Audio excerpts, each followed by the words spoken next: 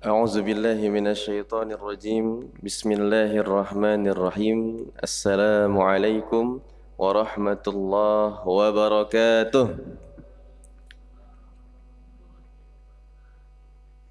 Ini udah mulai puasa apa gimana nih? Ya, alhamdulillah wassalatu wassalamu ala Rasulillah wa ala alihi wa sahbihi wa man walah wa ba'd.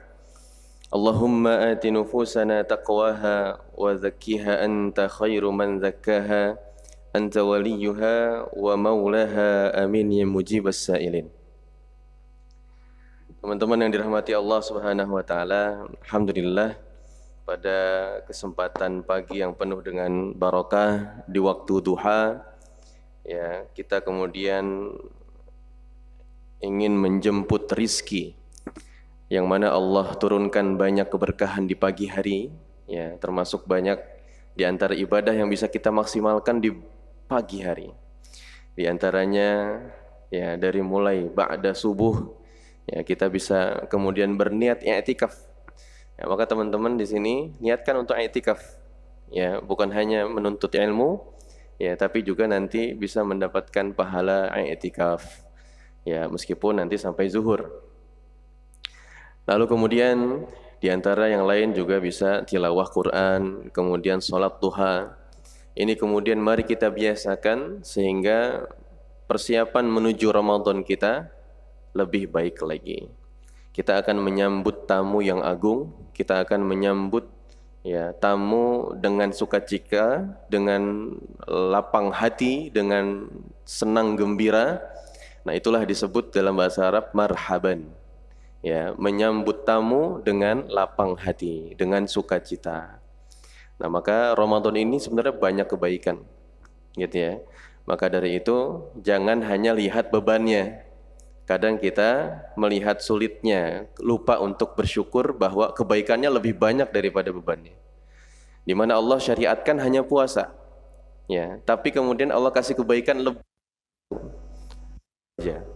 Pintu surga dibuka seluas-luasnya. Artinya peluang ibadah untuk menghantarkan kita ke surga dibuka banyak sekali. Dari mulai puasa, sholat, infak, ya, interaksi dengan Al-Quran. Nah, dan kemudian yang kedua ditutup pintu neraka. Artinya apa? Peluang untuk melakukan maksiat, ya, hampir sulit ditemukan kecuali orang yang sudah terbiasa dan enggan bertaubat. Lalu selanjutnya syaitan dibelenggu.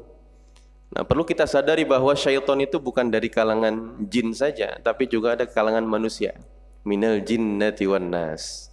Nah, yang jin insya Allah dibelenggu. Nah, yang manusia, ya, ini kita harus kemudian punya self defense, gitu ya, punya pertahanan sendiri, gitu ya. Nah, sehingga ada mungkin dari manusia yang menggoda kita juga untuk melakukan maksiat, kita bisa terjaga. Penting makanya memilih lingkungan yang baik, memilih circle yang baik, ya, khususnya nanti di bulan Ramadan.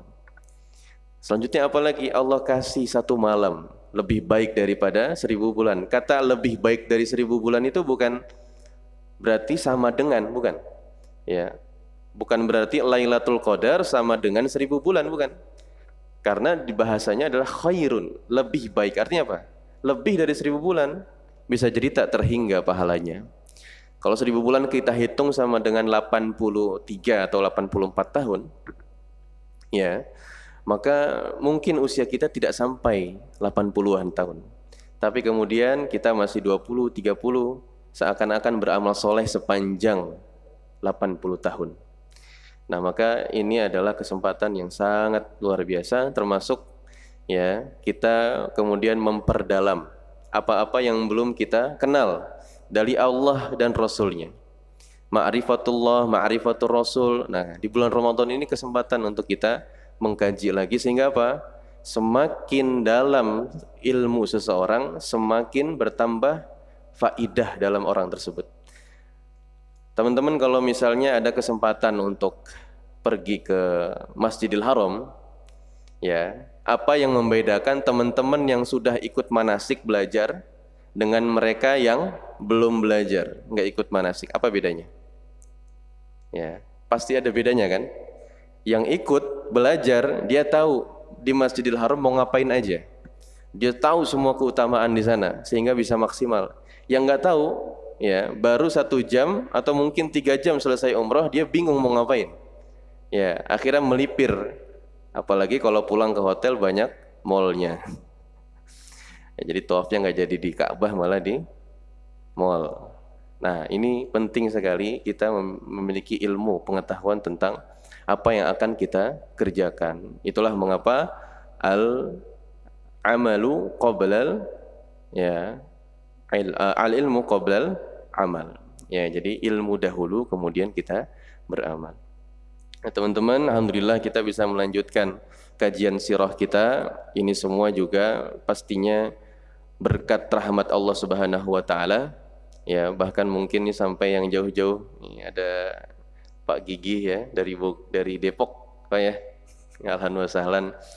Ya, ini memotivasi kita. Ya, kita yang dekat harus lebih semangat lagi. Gitu ya. Apalagi kalau muara ilmunya dekat gitu. Yang jauh saja rela-rela. Nah, makanya ada kaidah.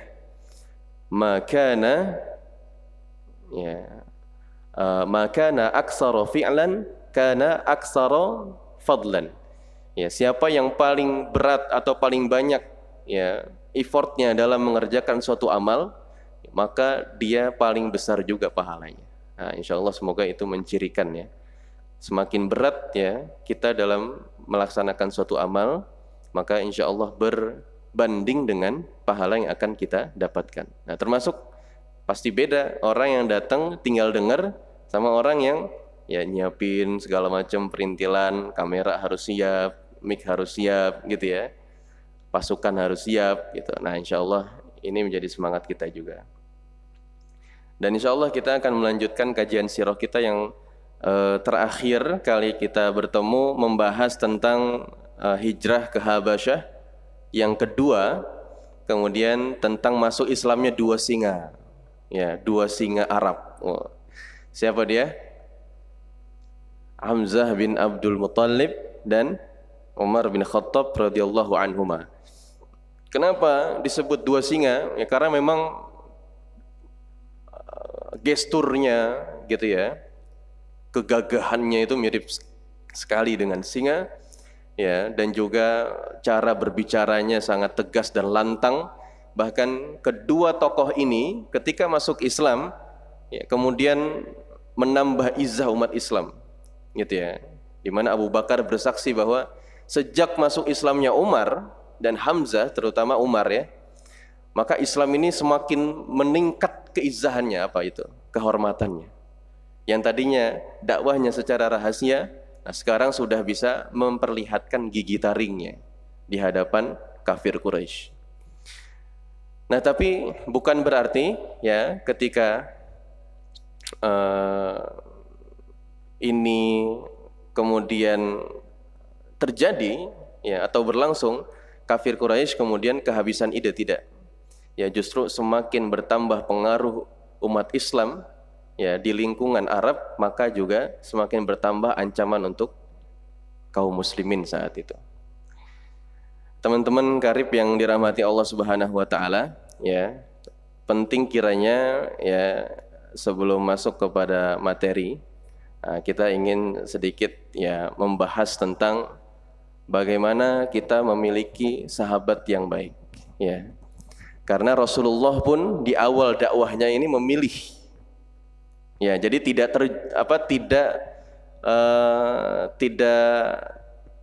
terpleset gitu ya, atau salah pilih terkait circle dan sahabat-sahabat yang diinginkan. Tapi Rasulullah memilih. Itulah mengapa yang masuk Islam pertama kali sahabat Abu Bakar As-Siddiq, karena memang pilihan Rasulullah dan itu terbaik. Bayangkan, 1 orang di zaman itu seperti 10 orang. Maksudnya gimana tuh? Bukan apa, kaki bunsin ya, bisa membelah diri, bukan. Ya, tapi ya kekuatannya, skillnya, kapasitasnya seperti 10 orang ini dikumpulin dalam 1 orang. Ya, multitasking gitu ya. Nah, biasanya perempuan ya kan bisa masak sambil murojaah, sambil ngangkat telepon, nah gimana tuh? Ya. Tapi ini luar biasa Abu Bakar As-Siddiq. Nah makanya kita penting juga untuk memilih sahabat. Sahabat seperti apa? Yang kemudian ternyata dalam Al-Quran kan dikatakan ku anfusakum wa ahlikum nara. Ya, kemudian jauhkanlah dirimu dulu, lalu kemudian keluargamu dari api neraka. Nah ini dari segi keluarga. Di konteks lain kemudian juga Nabi ya mengingatkan bahwa ya almar'u 'ala dini khalili. Seseorang itu seperti apa sahabatnya gitu. Seseorang itu berkaitan erat dengan gimana temannya, gimana sahabatnya, apalagi gimana agama sahabatnya gitu ya. Ya kalau temannya ini dekat dengan Allah, ya bisa kemudian mempengaruhi ya temannya yang lain untuk bisa dekat dengan Allah juga. Jadi kecipratan begitu ya. Kecipratan berkahnya, kecipratan baiknya. Nah, maka ternyata ada juga kalau tadi keluarga bisa kita jauhkan dari api neraka, nah ini ada juga teman yang bisa menjauhkan kita dari api neraka. Ya. Dan itu kalau kita mendapatkan sifat tersebut, ya berusaha untuk punya sifat tersebut, kita pun juga bisa dijauhkan dari api neraka. Makanya harusnya kalau kita berteman itu ya bikin gaul yang asik, bukan toksik. Masuk nggak? Ada slide-nya ya, boleh digeser. Jadi bikin gaul yang asik, bukan toksik. Ya kadang kita bergaul sama teman malah jadi penyakit hati, penyakit buat kita. Ya, nah kalau udah jadi penyakit perlu dievaluasi. Ya mungkin kitanya salah pilih, atau mungkin kitanya yang bikin penyakit di situ. Gitu ya. Makanya siapa saja mereka, ada teman yang hayyin. Apa itu hayyin? Dia tenang dan menenangkan. Dia tawadu, dia tidak sombong, dia tidak merasa angkuh, tidak ujub, ya, tidak sombong. Dia mampu bersikap tenang dalam setiap keadaan, nggak mudah marah, nggak mudah tersulut emosi. Wah, impian banget punya teman kayak gini ya. Ya, disinggung tidak tersinggung, ya, tapi membalas, memaafkan dan mendoakan misalkan. Kemudian dan mampu menata hati dan mengendalikan diri dalam situasi dan kondisi apapun. Kalau dekat dia tuh pembawaannya tenang gitu ya. Kemudian mampu membuat setiap hari yang dijalani tertata dalam kebaikan, terarahkan dalam ketaatan. Karena orang ini tenang dan menenangkan. Nah kita ini orang termasuk yang tenang menenangkan nggak? Atau orang dekat sama kita tuh risih gitu. Aduh ada dia nih, cabut gitu kan.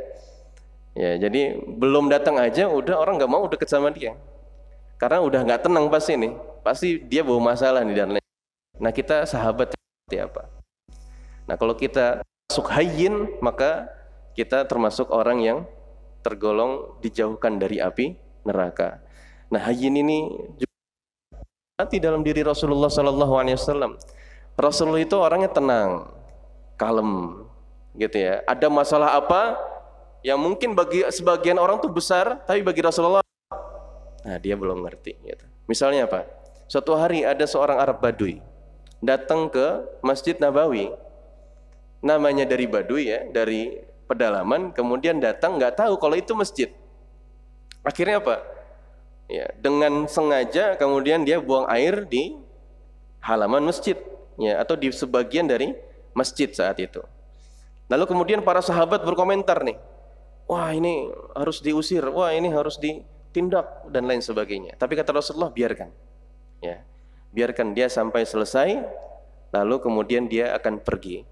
Ya, mungkin dia adalah orang yang tidak tahu, tenang gitu.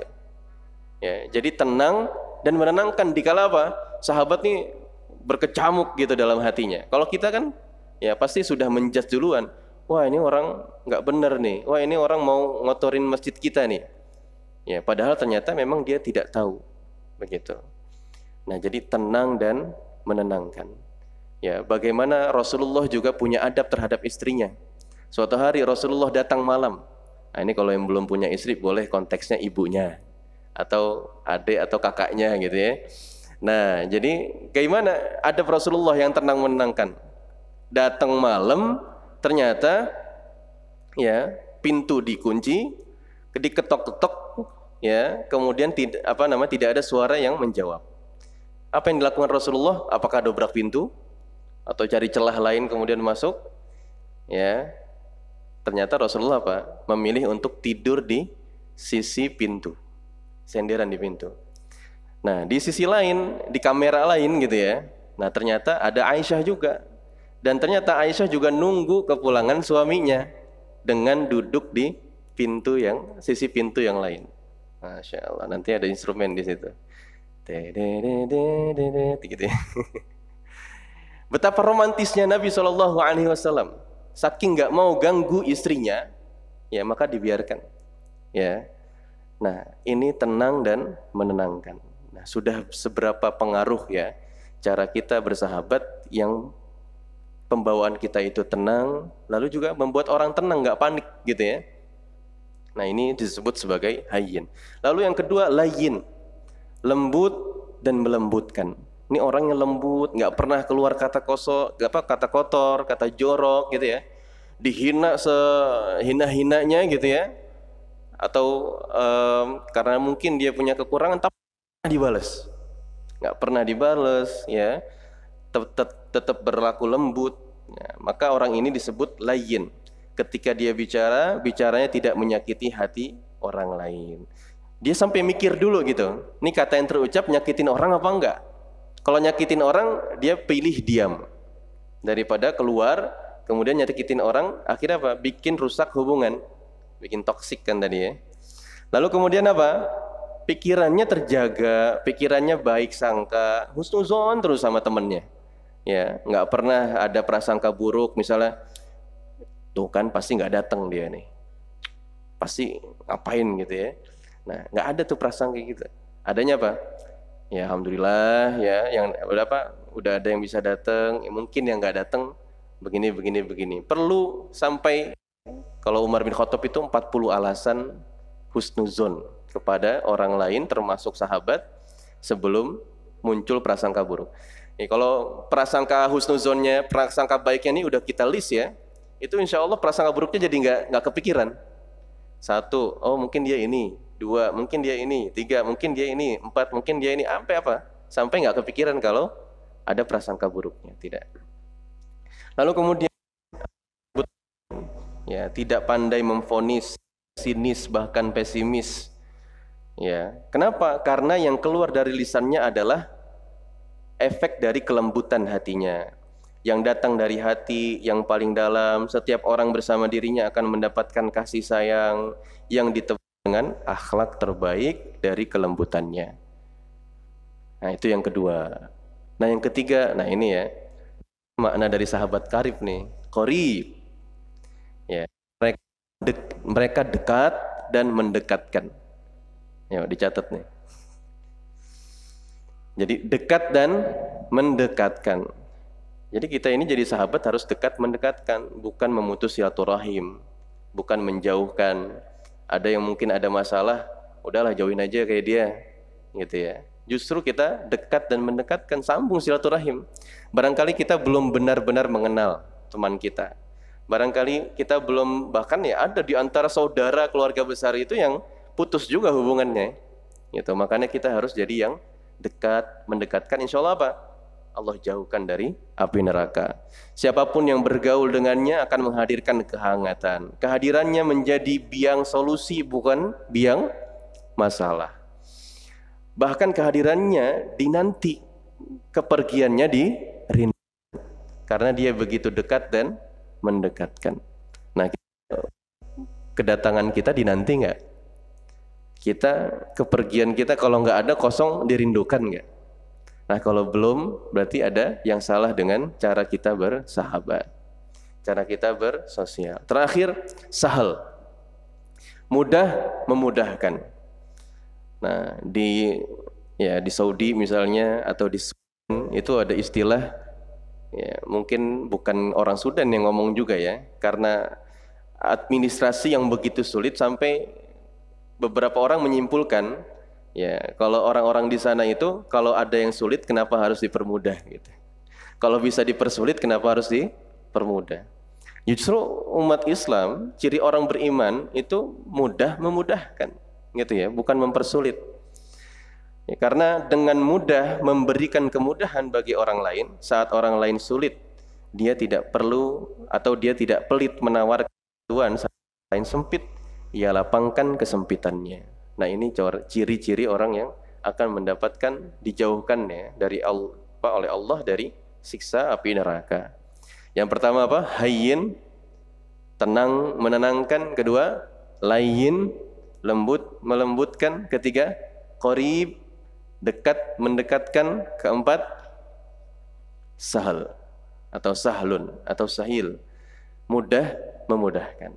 Nah, ini semua ada dalam diri Nabi SAW. Sehingga apa? Inilah, sifat inilah yang kemudian membuat para sahabat itu loyal. Untuk membuat orang loyal sama kita tuh kan susah ya. Kalau nggak karena cinta ya uang kan, ya materi. Karena kita kerja sama dia, ya karena dia akan ngasih gaji. Gaji dikasih telat itu bisa membuat keloyalan kita berkurang tuh. Ya, makanya royal itu mahal. Dan yang sulit hilangnya dari loyalitas adalah karena kewibawaan, karena karisma yang muncul kelak, karena ketakwaan. Nah, kalau loyalitasnya dibangun dengan ini, insya Allah seperti Nabi SAW dalam kisah yang akan kita bahas. Sudah siap? Ya. Jadi kita akan masuk fase di tahun ke-7 kenabian, karena belum masuk tahun Hijriah. Ya, maka dulu itu ya selain Masehi, karena memang dari peradaban Romawi dihitungnya kalau Masehi. Nah, di Arab itu hitungnya apa? Cara menghitungnya atau cara menandai tahun tersebut adalah dengan ada peristiwa besar apa di situ. Nah, contohnya misalnya ketika Nabi SAW lahir. Nah, sebelumnya itu bertepatan dengan peristiwa Abraha yang membawa pasukan bergajah. Nah, karena itu peristiwa yang paling viral saat itu. Nah, tahun tersebutlah yang kemudian dijadikan nama tahun atau identitas tahun itu. Sehingga kalau kita nanya kapan Nabi lahir, ya selalu disebutnya tahun gajah. Ya, karena identik dengan gajah. Ya, untungnya kita nggak pakai lagi ya. Karena nauzubillah yang sering viral di Indonesia kadang yang negatif-negatif gitu. Termasuk nanti di tahun ke-10 ada juga peristiwa yang ya, sangat menandai tahun tersebut. Diantaranya apa? Ada 2 orang penting dalam diri Nabi SAW, di sisi Nabi SAW yang wafat, sehingga disebut sebagai tahun kesedihan. Ya, khususnya kesedihan bagi Nabi SAW dan umumnya kesedihan bagi umat Islam yang juga merasakan jasa-jasa mereka. Siapa dia? Nah, kita bahas di next chapter. Nah, untuk sekarang ya, maka dari itu setelah Nabi SAW mendapatkan wahyu disebutnya tahun kenabian. Kalau Hijriah kapan dihitungnya, Ustaz? Kalau Hijriah dihitungnya ketika kaum muslimin mulai berhijrah. Nah, maka tahun pertama di Madinah itu dihitung sebagai tahun ke-1 Hijriah. Itu. Kapan Ramadan terjadi? Di Madinah di tahun kedua. Nah, maka Ramadan pertama kali dilaksanakan untuk untuk puasa sebulan penuh di tahun ke-2 Hijriah. Nah, adapun yang dimaksud tahun ke-7 adalah tahun ke-7 setelah Nabi mendapatkan wahyu. Disebut tahun ke-7 kenabian atau bi'tsah. Tahun ke-7 setelah diutusnya Nabi SAW. Nah, di tahun ke-7 ini ya, Nabi SAW ada fase sebelum ya terjadinya atau sampai ada rentetan ya, sampai peristiwa yang kemudian menyebabkan peristiwa yang akan terjadi di tahun ke-7 tersebut. Nah, kita ada 4 kurang lebih peristiwa yang terjadi sebelumnya. Pertama apa? Intimidasi terhadap Nabi SAW. Ya, baik fisik maupun lisan. Kemarin sebenarnya kita sudah bahas ya, bagaimana tekanan ya dalam tema kemarin hadapi dengan tegar. Nah, bisa dicek lagi, itu isinya adalah tentang bagaimana Nabi menghadapi tekanan dari kafir Quraisy. sulit untuk sholat di Masjidil Haram. Sekarang kita, Masya Allah, dan hari ini ramai sekali di sana. Tapi dulu Nabi SAW untuk sholat saja harus menerima konsekuensi, pasti akan diusir, pasti akan dipukul, pasti akan disirami kotoran. Kita alhamdulillah bisa sholat di masjid dengan tenang, bisa sholat di masjid dengan memastikan bisa khusyuk. Nah, Nabi SAW nggak bisa tuh, ya, harus menerima konsekuensi, pasti bakal diusir, pasti bakal disirami kotoran, bahkan pernah disirami jeruan. Akhirnya apa? Para sahabat termasuk Nabi SAW kadang harus sholat di mana? Di lereng, di lembah gunung, di lembah bukit gitu ya, atau di balik bukit. Gitu. Nah, selain itu juga ada intimidasi secara lisan. Yang ini kita bahas dalam episode diplomasi Nabi ya. Waktu itu di Masjid Sidratul Mutmainnah. Saya lupa chapter berapa tuh. Ya, jadi tentang diplomasi Nabi di mana Nabi SAW kemudian ditekan, dipaksa, dinegosiasi, pilih enggak? Kalau enggak, kita ancam lagi yang lebih parah dari itu. Nabi kemudian didatangi Utbah bin Rabi'ah, ya, kemudian disuruh memilih di antara beberapa pilihan. Pertama tentang tahta, ya, jadi 3 ta ya. Tahta, harta, wanita. Ya. Kemudian dikatakan, apakah kamu kurang harta? Bahkan kami kumpulkan nih semua harta orang Arab, kita kasih ke kamu. Asal kamu berhenti berdakwah. Terus yang kedua apa? Tahta. Kamu kurang populer. Oke, kita naikin, kamu jadi king of Arab gitu ya. Padahal di zaman itu tidak ada tuh kerajaan, adanya kesukuan. Ya, yang ada mungkin di daerah Hijaz atau di ujung-ujung Arab tuh sudah mulai ada kerajaan. Tapi khususnya di Mekah itu nggak ada. Mereka pakai sistemnya kesukuan. Kepala suku, kemudian berkumpul nanti musyawarah memutuskan sesuatu. Belum ada pemimpin tertingginya, tidak ada. Ya. Nah, kemudian apa? Tapi syaratnya apa? Berhenti berdakwah. Ya, berhenti menyebarkan Islam. Lalu yang ketiga, ya, ditawarkan kemudian wanita. Sampai yang terakhir, ya, ternyata 3 ini ditolak oleh Nabi SAW. Kemudian terakhir disangka apa? Atau jangan-jangan kamu sakit yang nggak ada obatnya di sini. Kami cariin dokternya, tabibnya. Bahasa kasarnya, jangan-jangan kamu gila. Gitu. Akhirnya apa? Nah, Nabi itu cara berdiplomasi Nabi apa yang kemarin kita pelajari? Dengerin orang dulu, berstatement, baru nanti setelah mereka ngomong, kita ngomong. Jangan pernah motong. Ya, kadang kita sering melihat orang yang mungkin berilmu kemudian berdebat di TV gitu ya. Tapi attitude-nya nggak ada gitu. Akhirnya potong. Kita jadi nggak teredukasi ketika melihat itu kan. Nah, maka dari mana kita nyari contohnya? Jangan ke situ contohnya, ke Nabi. Maka Nabi mencontohkan seperti apa? Kalau ada orang berargumen, dengerin. Ya, setelah dia selesai, kita jadi tahu apa yang dia omongin full kan? Ya, kita jadi tahu semua makna yang dia omongin. Kalau setengah-setengah, ya, berarti kan ya kita memotong penjelasan dia, padahal dia akan menjelaskan yang kita tanya gitu sebenarnya. Nah, maka dengerin. Ya, itu adab. Ya, setelah dia ngomong selesai, nah baru kita. Maka Nabi selesai, terus Nabi bilang apa ketika Utbah selesai? Udah selesai ngomongnya. Nah, kan enak kita ngomongnya kayak gitu. Udah, gitu ya. Oke, sekarang gantian saya yang ngomong. Lalu kemudian Nabi membaca surat Hamim, Tanzilul Qur'anil Azizil Hakim, dan seterusnya. Ya, lalu kemudian setelah itu Utbah nggak berkata-kata, pulang dalam keadaan ya seperti terhipnotis ya, tapi bukan Nabi bukan ahli hipnotis, bukan ya, tapi memang terkagum-kagum terhadap ayat yang dibacakan, bahwa ayat tersebut bukan perkataan manusia. Sampai akhirnya apa? Muncul statement dari Utbah bin Rabi'ah di hadapan para petinggi kafir Quraisy, lalu dia mengatakan, sudah ya, biarkan anak ini ya kemudian melanjutkan apa yang dia yakini, kita nggak usah ikut campur, kita nggak usah kemudian mengganggu dia. Kalau dia kemudian membawa nama baik, yang baik kita ikutan baik gitu. Tapi kalaupun dia kemudian membuat keburukan, nanti yang bermasalah dia aja, kita nggak usah ikut campur. Itu kata Utbah bin Rabi'ah. Lalu akhirnya apa? Setelah itu mereka gagal. Mereka berpikir lagi, gimana lagi caranya? Ya Allah. Ya. Jadi mereka itu nggak akan pernah berhenti sampai hari ini. Lang tardo angkal yahud walan nasara hatta tattabi'a millatahum. Mereka ini nggak akan ridho Islam ini tersebar. Mereka nggak akan ridho Islam punya prestasi. Mereka nggak akan ridho Islam masuk kemudian ke sistem pemerintahan. Islam memimpin, mereka nggak akan ridho.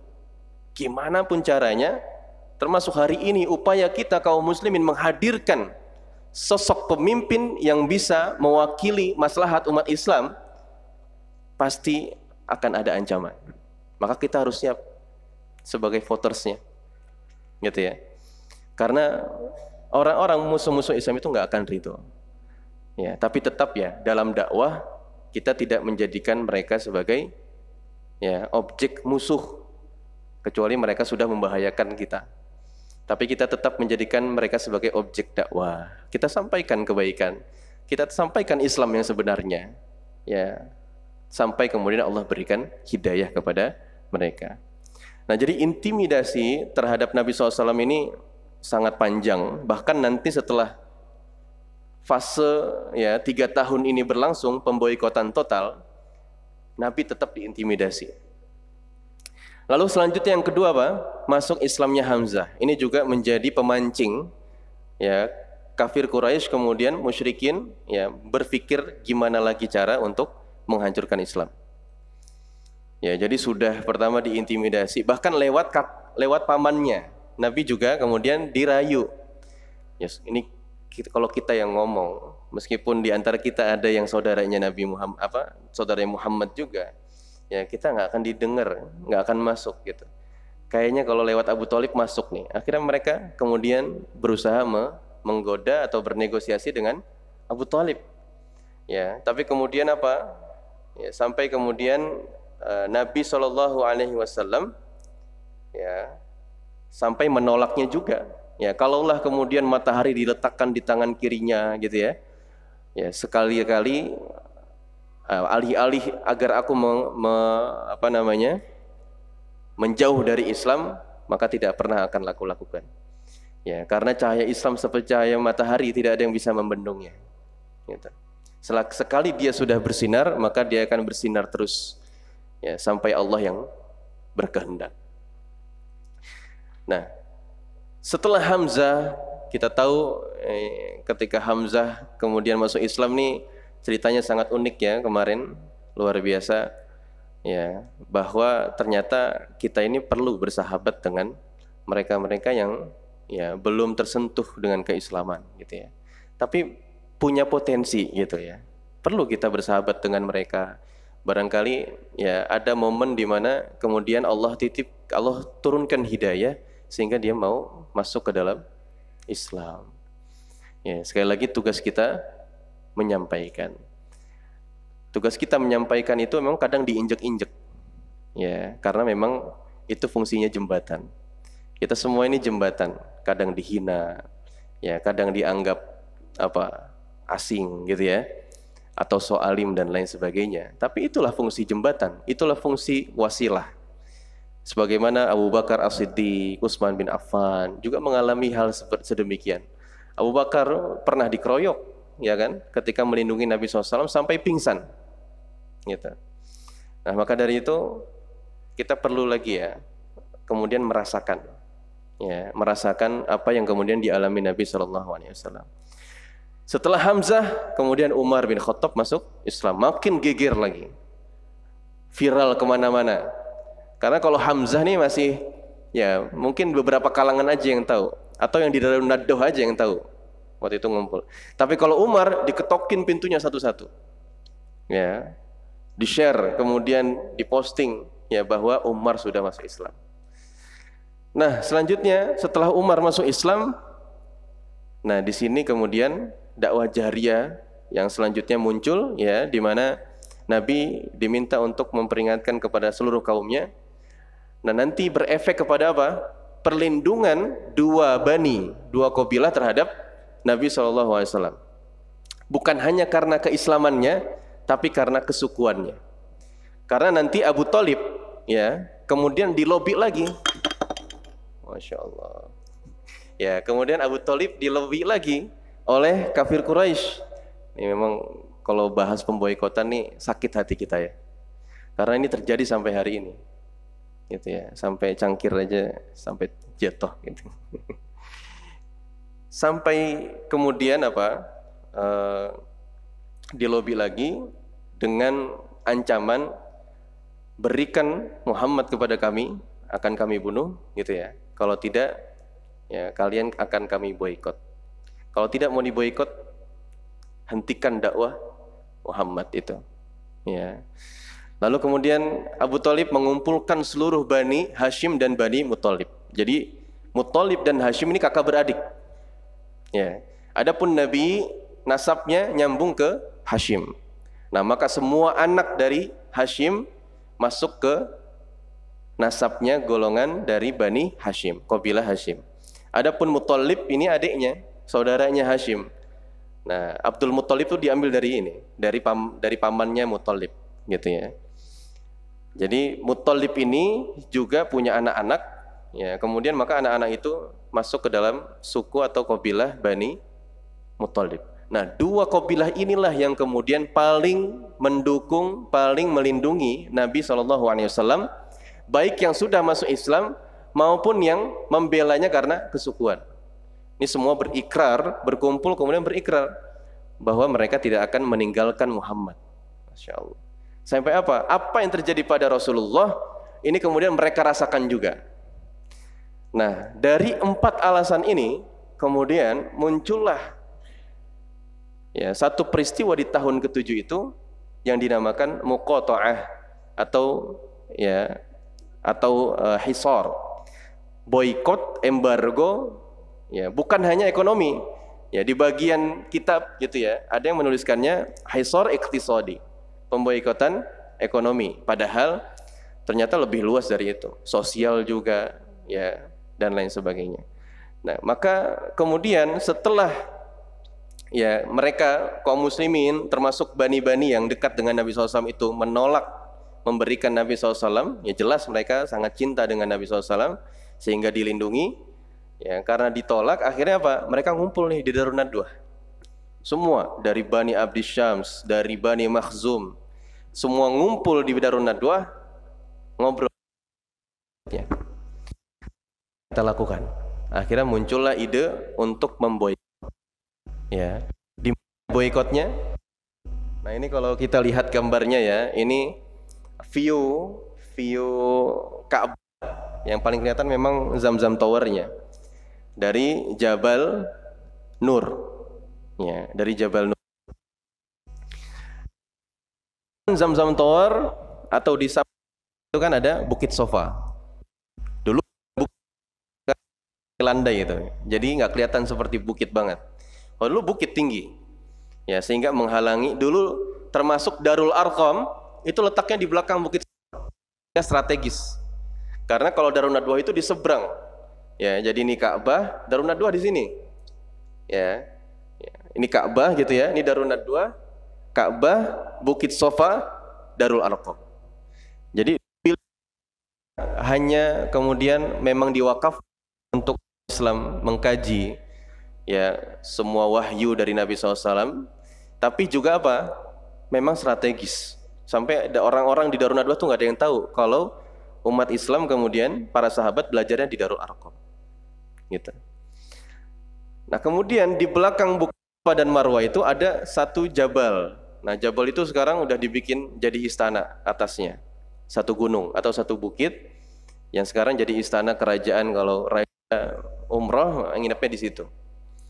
Nah, disitulah batas ya, ada namanya lembah Syi'ab atau Syi'ab Abi Thalib, perkampungan dari Bani Hashim dan Muthalib. Nah, disitulah mereka diboikot. Ya, sulit keluar, ya sulit memasuk. Jadi di setiap perbatasan, bayangkan mungkin ya BSD ini kemudian diboikot gitu ya. Di ujung Rawabuntu ada pos penjagaan. Ya, perbatasan dengan Pondok Aren ada pos penjagaan. Perbatasan dengan Tangerang kota juga ada penjagaan. Itu semua dijaga setiap sisinya. Lalu kemudian apa isi pemboikotan itu yang mereka tulis ya, lalu digantung di dalam Ka'bah ya. Dan yang menulisnya adalah Nadir bin Haris. Siapa dia? Dia adalah, kalau ya di sejarah kita mungkin kita pernah pernah tahu siapa? Snork Horgrunch. Belajar nggak nih? Ya, masuk tuh buku sejarah. Nggak tahu kalau sekarang. Ya, ini adalah upaya orientalisme. Ya, jadi dibeasiswain tuh. Snork Horgrunch dikasih beasiswa, menyamar, mengaku Islam sampai bisa masuk ke Mekah. Sampai bisa kuliah, lulus. Lalu kemudian untuk apa? Untuk menghancurkan Islam dari dalam. Diutus kemudian ke Serambi Mekah, di mana hype ya, atau kalangan masyarakat Indonesia saat itu semangatnya berislam. Ya, ketika ada yang datang dari Timur Tengah berjenggot gitu ya, maka kita sangat senang menyambutnya, lalu ingin mendapat ilmu darinya. Termasuk Snork Horgrunch. Ya, penyamarannya berhasil sampai bisa merusak Islam dari dalam. Nah, ini juga terjadi pada Nadir bin Haris, tapi ya tidak melalui jalur keagamaan, tapi lewat jalur hiburan, di mana dia dikasih beasiswa oleh kafir Quraisy, pergi ke Syam, ya, lalu pelajari hiburan di sana, mulai dari tarian-tariannya, mulai dari cara berpakaiannya, pulang ke Mekah, ajarkan anak-anak di sini seperti itu. Kalau hari ini nggak perlu kayak gitu. Kalau hari ini tinggal buka handphone, wifi nyala, internet nyala, gampang kita akses. Ya, nah, kita perlu hati-hati. Ya, karena itu ternyata musuh terbesar kita. Kalau dulu berbentuk orang musuhnya, kalau sekarang diri kita sendiri. Ya, maka kita harus perlu juga mengevaluasi diri. Nah, selanjutnya apa? Apa isi pemboikotan tersebut? Tadi kan kita bilang bahwa isi boikotnya bukan sekedar ekonomi. Lalu apa saja? Pertama, tidak boleh saling menikahkan. Ya, ini banyak yang putus cinta jadinya. Karena bukan, kalau yang Islam sudah jelas menikah dengan yang Muslim kan. Cuma kan ini berlaku kepada Bani Muthalib, Bani Hashim yang belum masuk Islam. Juga sama, tidak boleh saling menikahkan.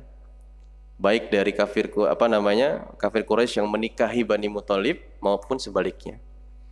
Tidak boleh saling menikahkan. Kedua apa? Tidak boleh saling bicara, dikacangin. Ya, kalau mereka ngomong, kalau mereka jalan, udah biarin aja, dikacangin. Kalau cuma 3 hari, oke lah. Ini 3 tahun. Ya, gimana rasanya? Kita aja 3 hari nggak ketemu, sepekan nggak ketemu kan udah kangen gitu ya. Kalau nggak ketemu lagi tuh kayak bisa jadi penyebab kita itu sungkan untuk berkunjung, sungkan untuk bersilaturahim. Ya. Maka dari itu ini bahaya juga gitu ya. Tidak saling bicara. Yang ketiga, tidak boleh masuk ke rumah. Silaturahim artinya. Berbicara nggak boleh, silaturahim nggak boleh. Selanjutnya, embargo ekonomi. Ya, ini saya pernah ngalamin di Sudan ya. Amerika mengembargo Sudan. Itu lama sekali. Tapi lihat bagaimana konsistensi dari para pemerintah Sudan yang memang terkenal apa? Terkenal keras. Ya, kalau masalah bantuan dari Amerika dan lain sebagainya, mereka tuh punya prinsip sendiri. Ya, kuat kokoh gitu. Meskipun ya memang negaranya tidak semua kita. Ya, teman-teman bayangkan kalau teman-teman ke sana seperti Indonesia tahun 90 atau bahkan 80. Ya, semua metronya, semua bisnya, rumah-rumahnya gitu ya. Jadi bersyukurlah kita. Tapi apa kelebihan mereka? Mereka ngasih beasiswa. Jadi di dalam lisan perkataan yang saya ucapkan itu ada jasa-jasa mereka. Ya. Jadi orang Sudan itu kasih beasiswa meskipun apa? Negaranya terhitung miskin. Ya, bukan negara berkembang. Tapi apa? Ketika mereka diboikot oleh Amerika pertama kali tahun 98 atau 97, apa kata dubes Sudan di Indonesia? Ya. Saya masih ingat ini diterbitin di salah satu majalah Islam saat itu. Kalau kami diboikot, ya udah boikot aja. Karena kami punya prinsip apa? Na'kul mimma nazra' wa nalbas mimma nasna'. Kami memakan apa yang kami tanam, kami berpakaian apa yang kami buat. Ini independensi, ini izzah, ini wibawa. Ya, termasuk kita juga dalam berislam harus bangga, harus pride ya dengan keislaman kita. Termasuk kita dalam berbangsa, kita harus bangga dengan Indonesia, kita harus bangga dengan negeri kita, tanah air kita. Nah, itu yang membuat lawan ya atau musuh kita nanti akan berpikir lagi caranya gimana. Lalu kemudian embargo ekonomi ini membuat efeknya luar biasa. Pertama, mereka naikin harga pangan. Sehingga apa? Kaum muslim ini karena diembargo, mereka nggak bisa berdagang keluar. Ya. Akhirnya apa? Kebutuhan mereka habis. Modal untuk bahkan memenuhi kebutuhan mereka juga mulai menipis. Pas mau beli pangan untuk makan sehari-hari aja, ternyata dinaikin sama Abu Jahal harganya. Udah semua pasar naikin harganya. Tapi dia juga kasih kompensasi apa? Kalau nggak laku, saya yang beli. Subhanallah. Ya. Jadi sebegitunya gitu. Orang nggak mau Islam itu kemudian menyebar, nggak mau Islam itu kemudian mempengaruhi banyak orang, tidak mau dakwahnya tersebar luas, sebegitunya. Dan sampai hari ini pun itu masih terjadi. Ya, orang sampai rela-rela bayar orang lain biar nggak milih atau biar tidak, ya kemudian ikut ke dalam Islam.